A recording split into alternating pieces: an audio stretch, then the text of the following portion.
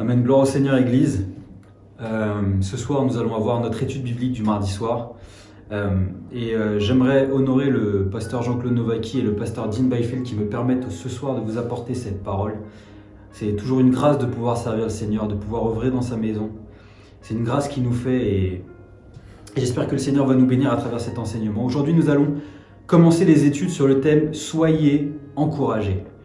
Et ce thème porte sur la deuxième épître aux Corinthiens. Elle fait suite à la première série d'études que l'on a eue sur 1 Corinthiens qui était intitulée « Soyez sages ». Et on a vu ça en 2020. Et donc nous allons commencer par étudier le passage de 2 Corinthiens du chapitre 1, versets 1 à 11.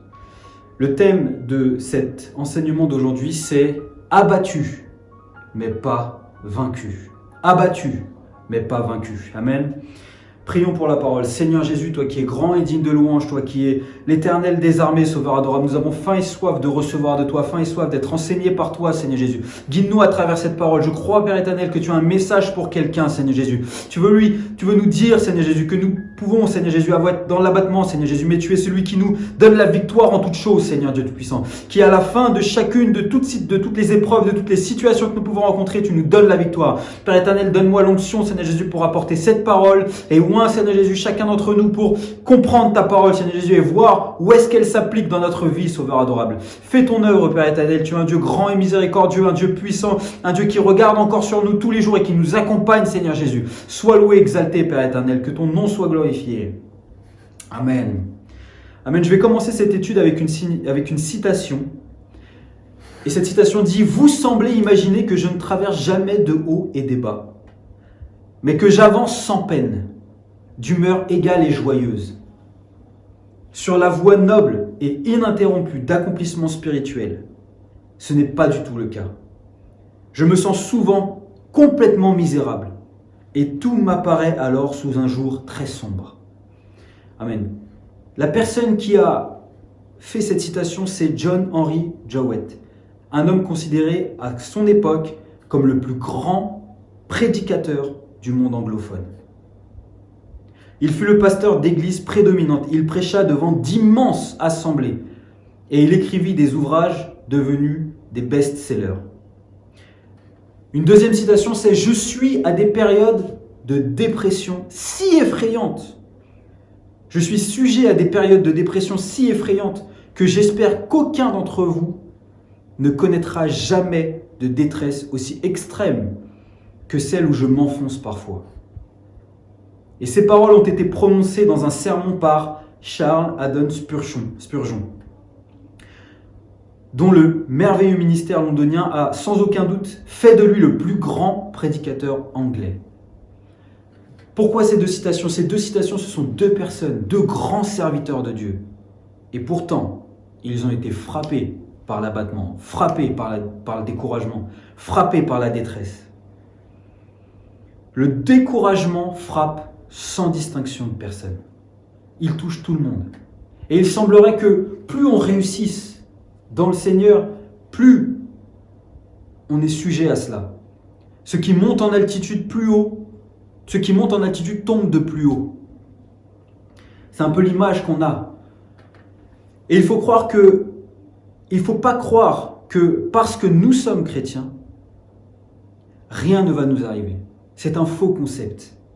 Parce que quand on est chrétien, on n'a pas une vie qui est toute rose. On n'a pas une vie qui coule de source où tout se passe forcément très bien. Ça, c'est une fausse idée. De croire que parce qu'on est chrétien, on est protégé au-delà de tout, on n'a jamais aucun mal. La parole de Dieu dit dans Psaume 34 au verset 20, « Le malheur atteint souvent le juste, mais l'Éternel l'en délivre toujours. » Le malheur atteint souvent le juste, mais l'Éternel l'en délivre toujours. Et c'est le thème de notre étude. Abattu, mais pas vaincu. On peut être dans l'abattement, mais le Seigneur nous donne la victoire. On ne sera pas vaincu. Dans 2 Corinthiens, donc le chapitre que nous étudions, Paul écrit au chapitre 1, verset 8, « Nous étions écrasés à bout de force, au point même que nous désespérions de conserver la vie. » C'est l'apôtre Paul qui écrit cela, qui écrit ces paroles d'accablement, à bout de force, au point même où nous désespérions de conserver la vie. Pourtant, l'apôtre Paul, c'est pas n'importe qui, c'est quelqu'un de solide. Il fait partie de ceux qui, avant d'être convertis, a persécuté les chrétiens, il en a mis à mort. Ensuite, il a dû même affronter le fait de changer de côté, de se mettre parmi ceux qu'il a persécutés. Il faut quand même une certaine force de caractère pour cela. Mais pourtant, c'était un homme comme nous. Et son ministère n'a pas été un enchaînement de victoires éclatantes, mais la souffrance devait être son lot quotidien. Mais malgré cela, il a eu le courage de faire ce que Dieu l'appelait à faire. Il savait que ce ne serait pas facile. Et ça s'est confirmé dans son ministère. Mais il est resté fidèle à son appel. Et j'ai souvent entendu les plus anciens de notre Église, les plus anciens dans ce qu'ils peuvent dire, que des fois, si tout va bien, trop longtemps, c'est que quelque chose peut-être ne va pas bien. Pour revenir un peu à notre étude et au livre de Corinthiens, ce livre se trouve à un moment spécial. L'église de Corinthe, il faut savoir qu'elle a été fondée par Paul. Et il y est resté à peu près 1 an et demi. Et on peut lire ceci dans Actes au chapitre 18. Et on a vu dans notre première étude de 1 Corinthiens, soyez sages, que l'église de Corinthe avait énormément de problèmes dans l'église. Alors Paul a envoyé Timothée, et ensuite il s'est rendu lui-même aussi pour régler le problème. Mais rien n'a eu d'effet. Il a ensuite envoyé une lettre plus dure par Tite. Et ce n'est qu'après de grandes souffrances que Paul a pu rencontrer Tite, qui lui a annoncé que les problèmes de l'Église étaient réglés.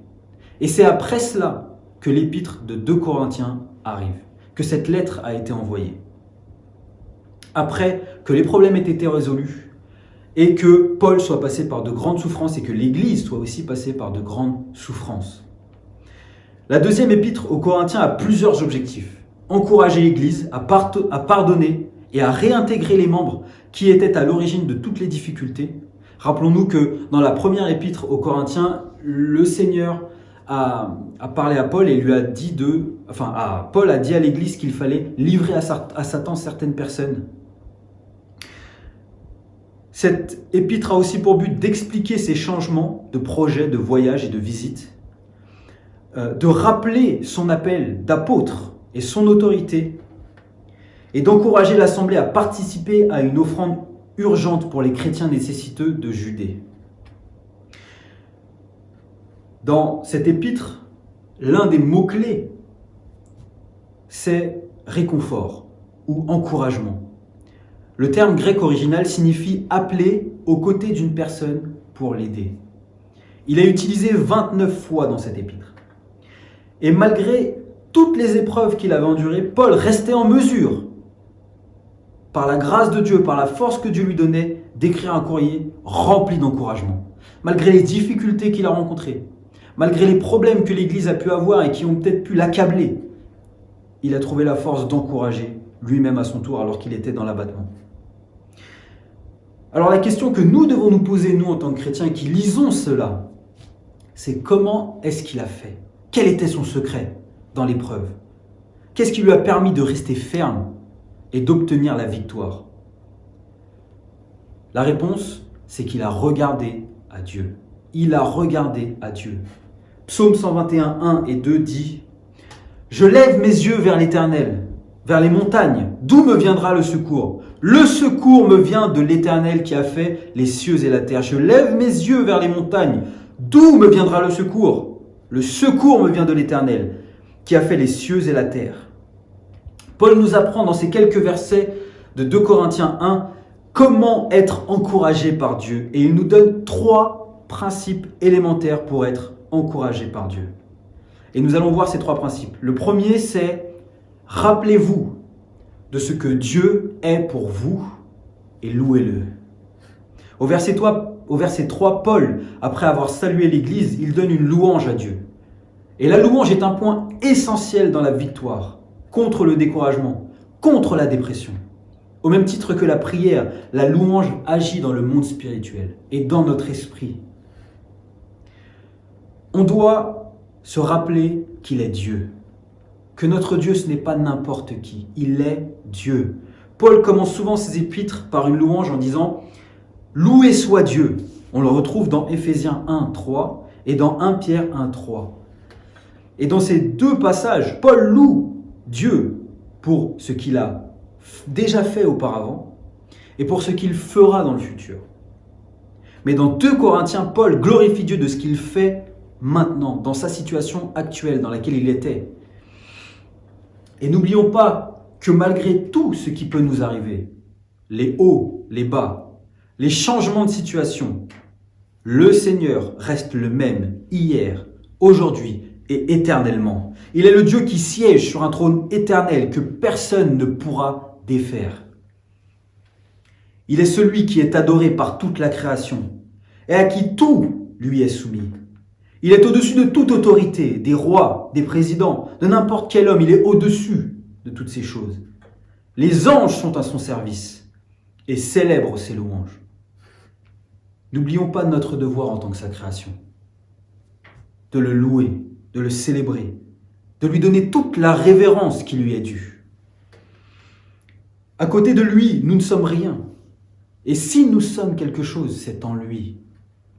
Si nous avons une valeur, c'est en lui. Apocalypse 1,8, le Seigneur nous dit « Je suis l'alpha et l'oméga », dit le Seigneur Dieu, celui qui est, qui était et qui vient, le Tout-Puissant. Amen, notre Dieu, ce n'est pas n'importe qui. Ce n'est pas juste une idole. Ce n'est pas un Dieu parmi les autres. C'est le seul et unique Dieu. C'est le Tout-Puissant qui tient toutes choses. Rappelons-nous que malgré notre situation, lui, il reste le même. Il reste là, il mérite toujours la même louange. Il mérite toujours notre même engagement. Il mérite toujours notre même consécration. Il mérite toujours notre même zèle à vouloir le servir. On doit le louer parce qu'il est notre Père. Nous étions des enfants du monde et destinés à connaître la même fin que ce monde. Mais nous sommes devenus enfants de Dieu. Dans 1 Jean 3, 2, la Bible dit « Bien-aimés, nous sommes maintenant enfants de Dieu. Et ce que nous serons n'a pas encore été manifesté. Mais nous savons que lorsque cela sera manifesté, nous serons semblables à lui. Parce que nous le verrons tel qu'il est. Par son sacrifice en Jésus-Christ, nous avons accès à la nouvelle naissance. Et nous revêtons le nom de Jésus-Christ. Nous devenons enfants de Dieu. Qu'est-ce que ça signifie? Ça veut dire que nous devenons aussi héritiers du Dieu Tout-Puissant. Et c'est ce que sa parole nous dit. Héritiers de celui qui détient toutes choses. C'est quelque chose qui, pour nous, en tant qu'humains, avec les moyens qu'on vit, qu'on a, les revenus qu'on a, on ne peut pas imaginer. Héritier du Dieu Tout-Puissant. C'est comme si un pauvre enfant, né dans la pauvreté, vivant dans la pauvreté, était adopté par un roi immensément riche et qui lui partageait toutes ses richesses. Et c'est difficile de se rendre compte de cet immense amour. Mais Dieu fait de nous ses enfants. Et peut-être que pour certains, c'est difficile de comprendre cela. Dans le monde horrible dans lequel nous vivons, la notion de père peut être compromise. Mais Dieu est un père parfait. Et il nous aime comme un père devrait le faire, d'un amour qui est pur. Un amour que personne sur terre n'est en mesure de nous donner et de produire. On peut avoir un aperçu de l'amour de Dieu quand nous, on a de l'amour pour quelqu'un. Mais c'est rien comparé à l'amour de Dieu. C'est rien comparé à l'amour de Dieu. Et dans nos difficultés, il est avec nous. Il veille sur nous comme un père. Il nous montre le chemin vers la victoire. Il nous enseigne. Il nous fait grandir. Le chemin, il nous montre le chemin qui conduit dans les verts pâturages. Et comme le psaume 23 nous dit, sa houlette nous garde près de lui et son bâton chasse l'ennemi. Il est aussi le Père de la compassion, de la miséricorde.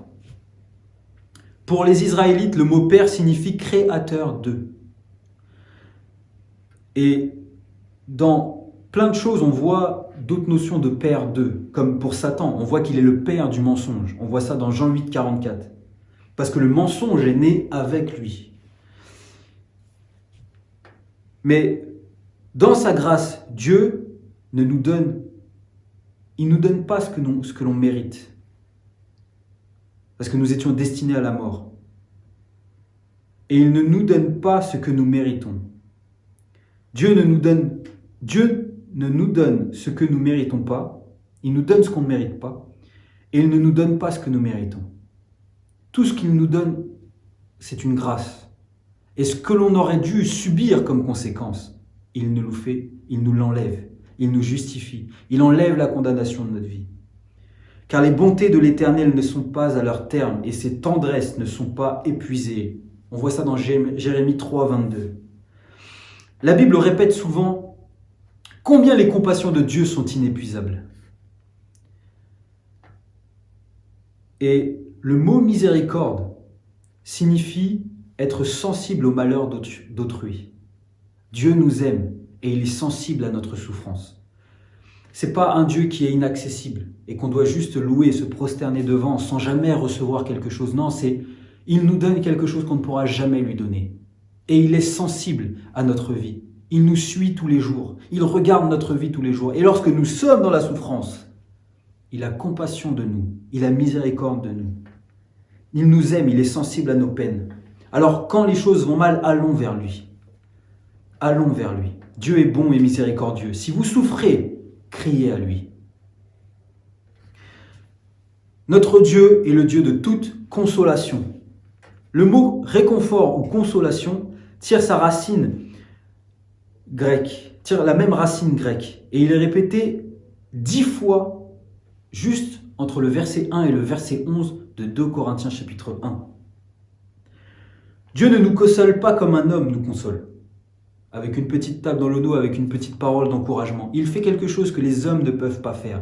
Il insuffle la force en nous, pour que nous puissions affronter les épreuves.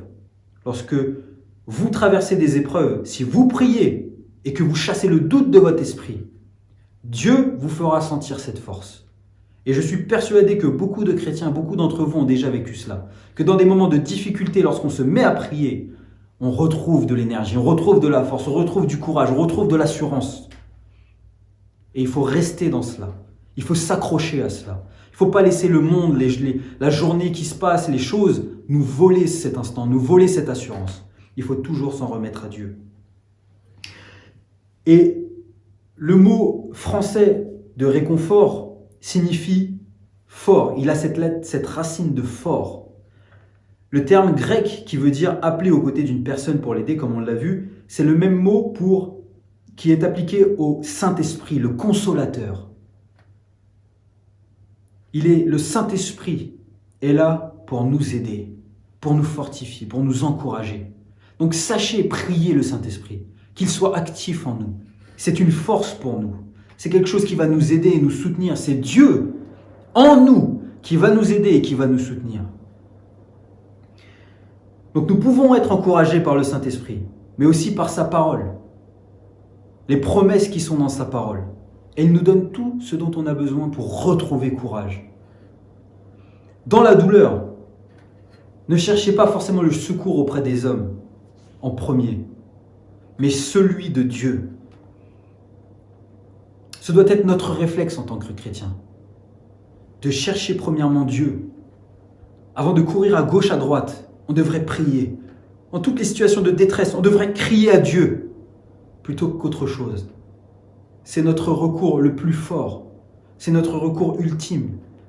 C'est celui qui est à côté de nous tous les jours, qui nous accompagne tous les jours, qui connaît chacune de nos situations. Donc quand ça ne va pas, crions à lui. Crions à lui premièrement. Alors ça n'empêche pas bien sûr d'aller à l'hôpital, ça n'empêche pas de faire tout cela. Mais les médecins vous indiqueront peut-être de quel mal vous êtes atteint. Mais leurs conclusions ne sont pas les nôtres. Nous avons l'espérance en Dieu et nous savons que dans toutes les situations, nous aurons la victoire. Psaume 118, 17 dit « Je ne mourrai pas, je vivrai, et je raconterai les œuvres de l'Éternel. » Comme nous avons lu plus tôt, le malheur atteint souvent le juste, mais l'Éternel l'en délivre toujours, toujours. Il ne faut pas douter du fait que l'Éternel va venir à votre secours. Le Seigneur vous délivrera. Le Seigneur vous guérira. Le Seigneur vous sortira de la situation dans laquelle vous êtes.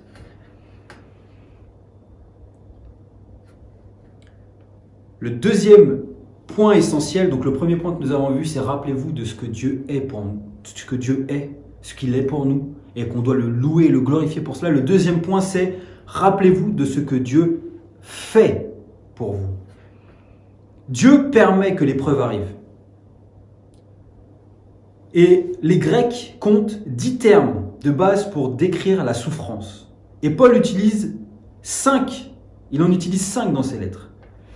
L'un des termes les plus récurrents pour décrire la souffrance, c'est le terme klipsis, qui signifie étroit, confiné, sous pression. Dans 2 Corinthiens, il est traduit par détresse. Et on retrouve cela dans le chapitre 1 au verset 4, 8, et dans le chapitre 2 au verset 4, 4 et 17.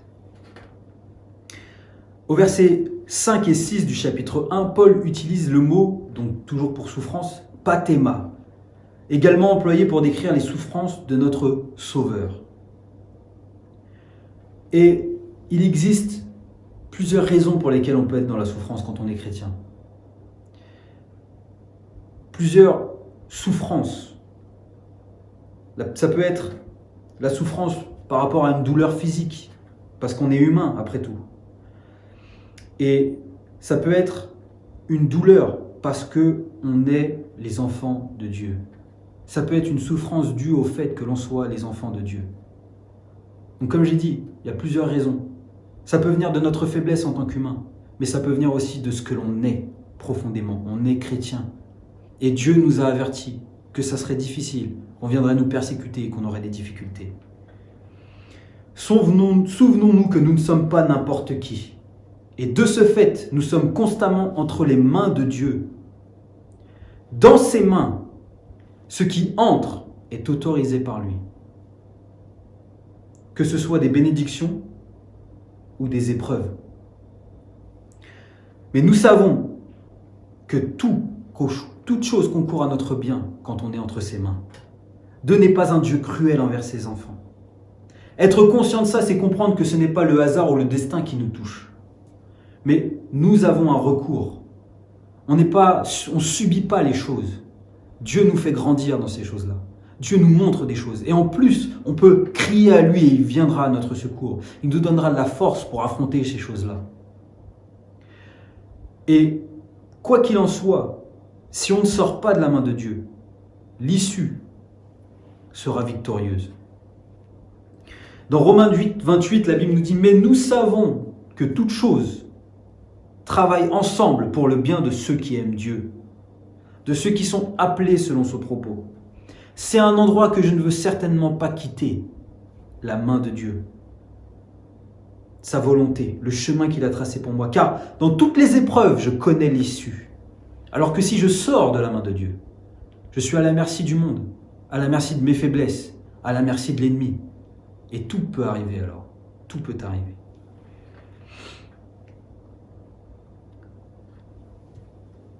Le deuxième point dans le fait de se rappeler de ce que Dieu fait pour nous, c'est que Dieu nous donne la force de supporter nos épreuves. La Bible dit qu'il n'y a pas d'épreuve que l'on ne puisse pas supporter. Dieu ne permettra pas qu'on ait une épreuve qui soit plus forte que ce que l'on peut endurer, que ce que l'on peut subir. Au verset 9 de 2 Corinthiens, l'apôtre Paul nous fait comprendre qu'il s'attendait à mourir. Que s'il s'écoutait, il pensait que c'était fini. Et que c'est pour cela qu'il dit qu'il ne s'appuie pas sur lui, mais qu'il s'appuie sur l'Éternel, qu'il s'appuie sur Dieu. Notre chair est faible. Même si nous avons de l'expérience, de la connaissance, nous devons nous appuyer sur Dieu. Paul était un apôtre. Il était éduqué. Et il se peut que nous soyons traversés par le même état, mais que Paul, c'est-à-dire la détresse, le découragement. Mais on doit choisir de s'appuyer sur Dieu. Parce que lui, malgré son éducation, malgré son expérience en tant qu'apôtre, il ne s'est pas appuyé sur ses capacités. Il ne s'est pas appuyé sur son jugement. Il s'est appuyé sur Dieu. Et c'est Dieu qui a guidé sa vie. Et c'est Dieu qui lui a donné la victoire dans toutes les choses. S'appuyer sur Dieu, ça ne signifie pas attendre sans rien faire. Paul, dans ce moment de détresse, a continué de prier, a continué d'étudier la parole, a continué de consulter Dieu, a continué de s'encourager avec les frères et qui étaient là avec lui. Donc dans l'épreuve, n'attendons pas simplement, prions, prions.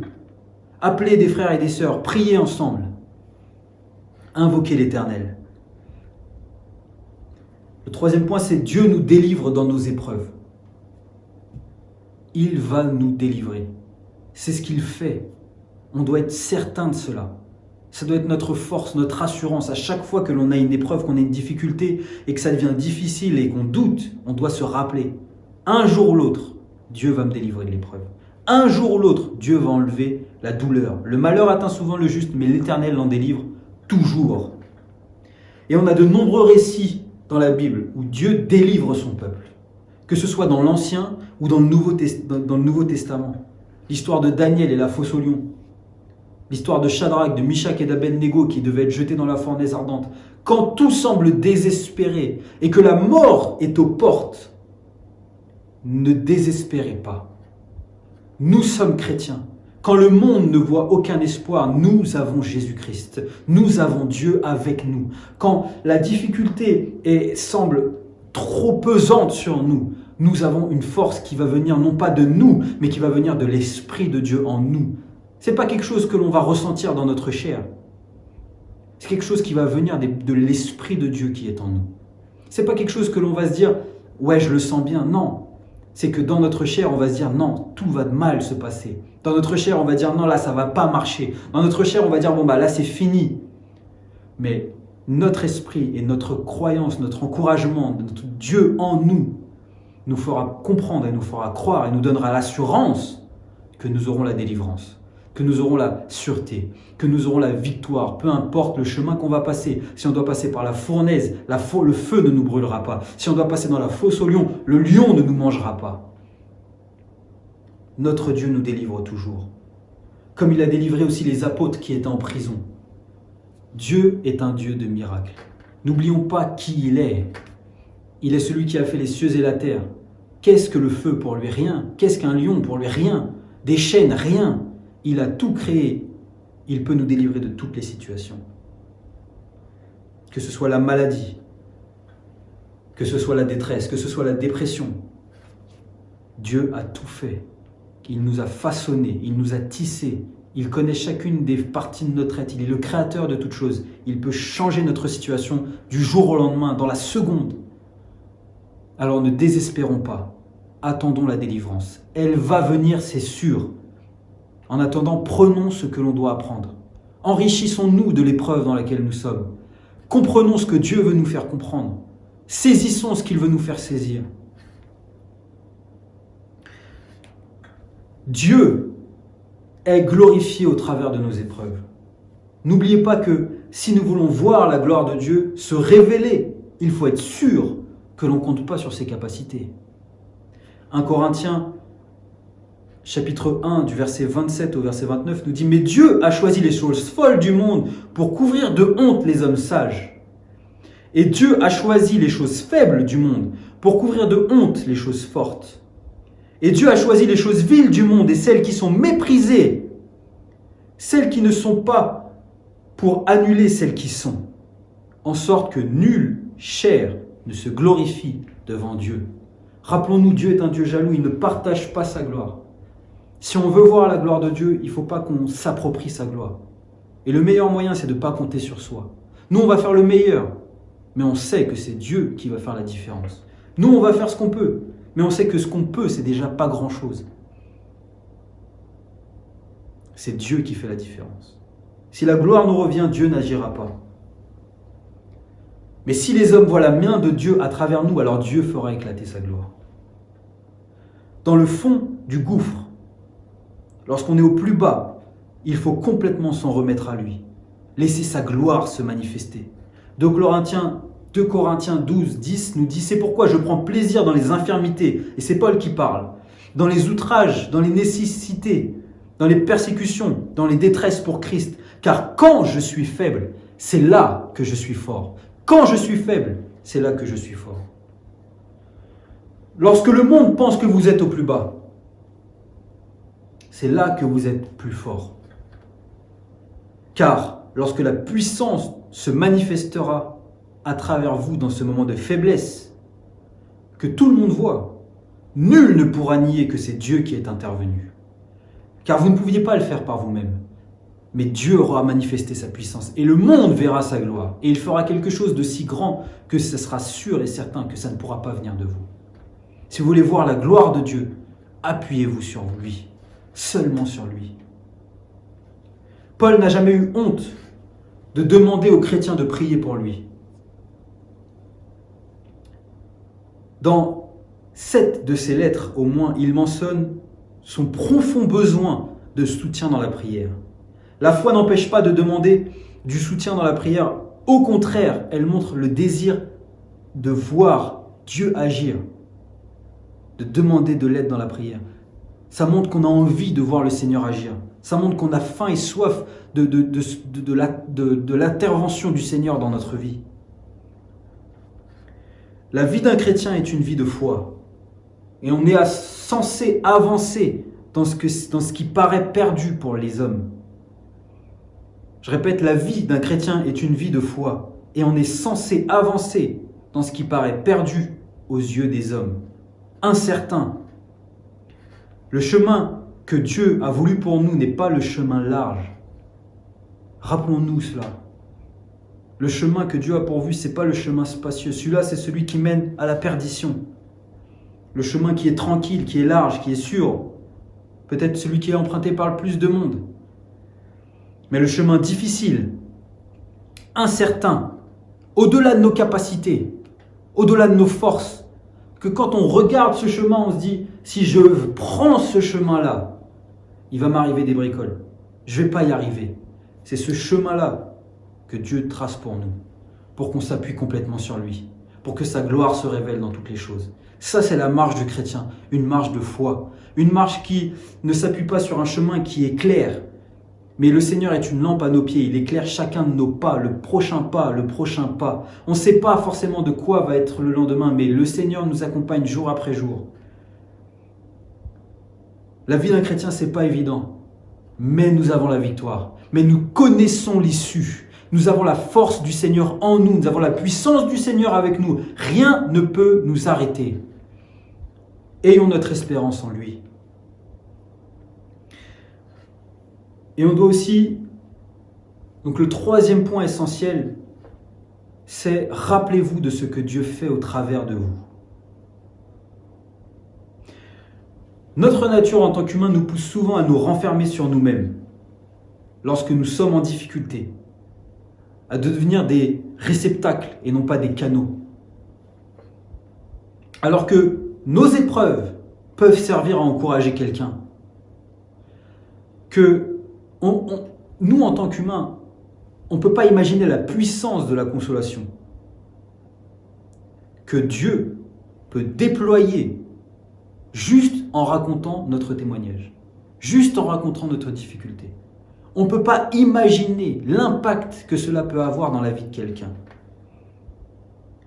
Juste de raconter à quelqu'un ce qui nous est arrivé, qu'on est passé par cette épreuve, qu'on était dans le même état, mais que le Seigneur nous a secourus, que l'on a survécu à cette épreuve et qu'une gloire en est sortie. Juste de raconter cela, on ne sait pas l'impact que ça peut avoir. L'impact dans la consolation, dans le réconfort, dans le fait de donner du courage à quelqu'un. À quel point Dieu peut nous utiliser à travers cela pour relever quelqu'un. Entendre quelqu'un juste nous dire, non, il faudrait que tu relèves la tête, que ça aille mieux, que tu pries. C'est souvent moins efficace que d'entendre quelqu'un nous partager le fait qu'il soit passé par la même chose. Alors ne gardez pas vos victoires passées pour vous. Parfois on a honte de raconter ce qui nous est arrivé. Parce que c'était peut-être une situation compliquée, une situation qui était peut-être un peu honteuse pour nous. Mais Dieu vous a délivré aujourd'hui. Et peut-être que quelqu'un a besoin d'entendre comment Dieu vous a soutenu et comment Dieu vous a donné la victoire. Non sans mal, mais la victoire quand même. Comme je l'ai dit, la souffrance a de nombreux aspects et a aussi de nombreuses causes. Certains souffrent à cause de leur péché, des conséquences du péché et du fait qu'ils soient sortis de la protection de Dieu, de la main de Dieu. Certains souffrent de leur rébellion, comme Jonas, qui a voulu fuir l'appel que Dieu lui avait donné. D'autres souffrent dans leur résistance à ne pas pécher, comme Paul. Ce n'est pas quelque chose qu'on entend souvent, mais 2 Corinthiens, au chapitre 12 et au verset 7, nous dit, et c'est Paul qui parle, « Et afin que je n'emorgueillisse pas, à cause de l'extraordinaire révélation, il m'a été donné une écharde pour la chair. Un ange de Satan vient pour me souffleter afin que je ne m'enorgueillisse pas. » Et c'est Paul qui parle. Il dit que pour ne pas qu'il pêche dans l'orgueil, il a cette difficulté. Que le fait de résister à ce péché, ça provoque une difficulté dans sa vie. Mais l'épreuve nous rend forts. Dans Romains 5, du verset 1 au verset 5, la Bible dit « Ayant donc été justifiés sur le principe de la foi, nous avons la paix avec Dieu par notre Seigneur Jésus-Christ, par lequel nous avons trouvé aussi accès, par la foi, à cette faveur dans laquelle nous sommes. Et nous nous glorifions, dans l'espérance de la gloire de Dieu.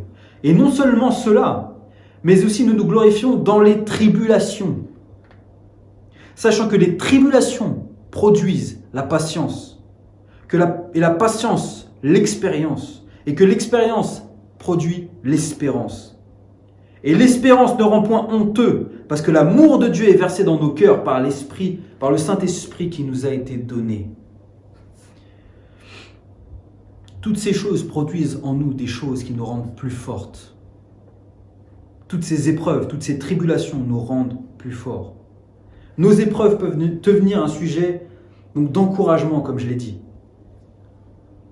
Un sujet de fortification pour nous façonner.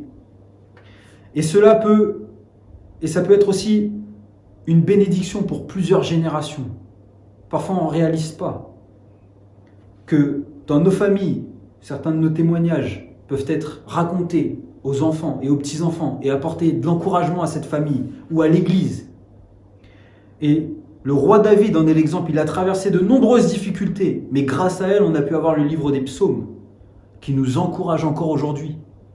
Combien d'entre nous avons lu ces psaumes et avons compris et avons été encouragés par le fait de voir que même le roi David, qui était un enfant de Dieu, qui était un homme selon le cœur de Dieu, est passé par des difficultés les mêmes que les nôtres, par des états de dépression, de détresse comme nous, mais que Dieu l'en a délivré, que Dieu lui a montré qui il était, un Dieu de grâce, de bonté, de miséricorde, de force, de puissance.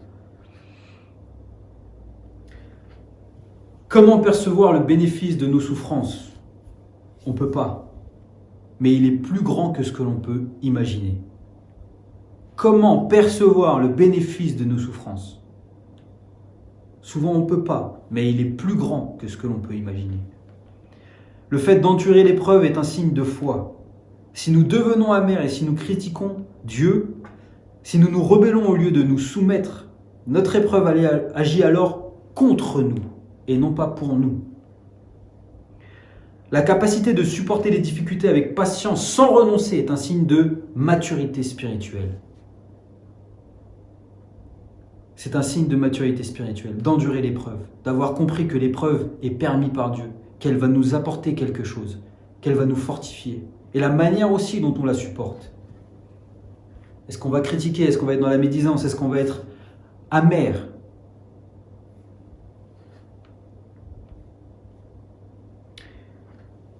Dieu doit travailler en nous pour pouvoir travailler au travers de nous. Dieu, je répète, doit travailler en nous avant de pouvoir travailler au travers de nous. Il doit nous façonner pour que l'on puisse être ce qu'il attend de nous. Souvent, notre amour pour Dieu nous pousse à dire « je veux être ce qu'il veut que je sois ». Ça se traduit souvent par l'épreuve. Alors il nous faut l'accepter. Laissons-nous être façonnés, être utilisés par Dieu. Pendant l'épreuve, après l'épreuve, que l'on puisse aussi être un sujet de gloire, que cette épreuve puisse être un sujet de gloire et un sujet d'encouragement. Et même si sur le moment on ne comprend pas, sur le moment on ne sent pas les choses, on ne sent pas la bénédiction, on sent juste la détresse, on sent juste l'abattement, on doit rester fort et on doit se rappeler ces choses-là. Donc les 3 points essentiels, c'est rappelez-vous de ce que Dieu est pour vous et louez-le. Le deuxième point, c'est rappelez-vous de ce que Dieu fait pour vous pendant l'épreuve. Et rappelez-vous de ce que Dieu fait, le troisième point, au travers de vous, que ce soit pendant ou après l'épreuve. Amen. Le thème, c'était abattu, mais pas vaincu. Le chrétien doit comprendre, et on doit comprendre, que peu importe la détresse dans laquelle on peut être dans l'abattement. On ne doit pas renier cela. L'apôtre Paul a été dans l'abattement, ça n'a pas fait de lui un moins bon chrétien ou un mauvais chrétien. On peut être dans cette situation, mais nous avons une issue. Nous avons l'Éternel qui nous donne la force, qui nous insuffle la force. Nous avons l'Éternel qui nous donne de l'assurance sur l'issue de cette épreuve. Alors restons accrochés à l'Éternel. Et je crois que le Seigneur parle à quelqu'un et a ce message pour quelqu'un. Certainement cette année 2021 va être aussi une année difficile. Le monde ne va pas en s'arrangeant. Le monde ne va pas en s'arrangeant. Mais nous savons que l'Éternel est avec nous. Nous savons que notre issue est victorieuse. Nous savons que notre issue est remplie de gloire. Amen. Prions ensemble que le Seigneur puisse toucher, parler au cœur de quelqu'un, que cette parole puisse faire une œuvre dans le cœur de quelqu'un, dans les semaines à venir, dans les jours à venir, dans l'année à venir, qui sait ce que Dieu a prévu pour nous. Père éternel, toi qui es grand et digne de louange, je crois, Sauveur adorable, que tu as préparé cette parole pour nous préparer, Sauveur adorable, à affronter les choses qui sont devant nous ou à pouvoir affronter les choses que nous vivons d'ores et déjà maintenant, Sauveur adorable. Tu es un Dieu grand qui nous parle et qui nous conduit, qui nous explique, qui nous fortifie, Sauveur adorable. Et nous croyons que cette parole est une parole d'encouragement pour nous. Une parole qui nous montre que tu es toujours avec nous et que nous aurons la victoire, peu importe les choses. Que nous ne devons pas lâcher, que nous ne devons pas abandonner, Seigneur Jésus. Mais que l'abattement n'est pas une finalité. C'est un passage qui nous conduit vers la victoire. C'est un passage qui nous conduit vers la révélation de ta gloire, Sauveur adorable. Seigneur Jésus, montre à quelqu'un là où doit s'appliquer cette parole dans sa vie. Montre à quelqu'un là où doit, Seigneur Jésus, s'appliquer ces paroles d'encouragement dans sa vie afin qu'il puisse se relever, afin qu'il puisse s'encourager, se fortifier en toi, Sauveur adorable. Tu es un Dieu grand et miséricordieux et tu prends soin de nous. Tu nous accompagnes tous les jours jusqu'à ton retour. Et pour cela, Sauveur adorable, nous sommes reconnaissants et nous louons ton saint nom. Amen. Que le Seigneur vous bénisse. Amen.